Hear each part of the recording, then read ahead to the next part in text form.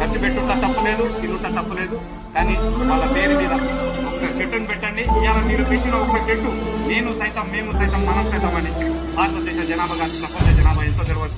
అన్ని లక్షల కోట్ల చెట్లు కొనుక్కొని దినదినం పెరిగే సూర్యుని భగవాన్ని వేడిని ఆకు ఆపి భూగర్భ జలాల నీళ్లు ఆవిరి కాకుండా మొత్తం రైతుకు దోహదపడతాయి.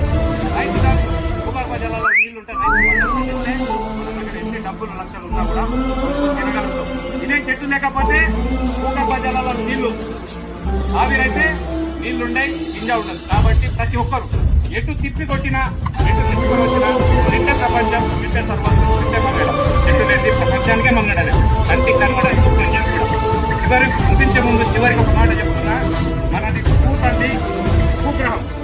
విశ్వంలో ఎన్నో నాసా క్షణానికి, ఒక్క క్షణానికి 3 లక్షల కిలోమీటర్ల వేగంతో, కాంతి వేగంతో ప్రయాణించి సర్చ్ చేసి చెప్తుంది.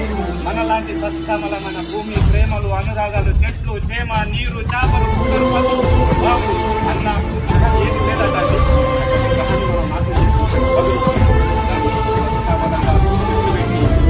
వ్యర్థ పదార్థాలు వాడకుంటారు. 4 కాలాల పాటు సెలవు చూస్తుంటే ఉంటుంది.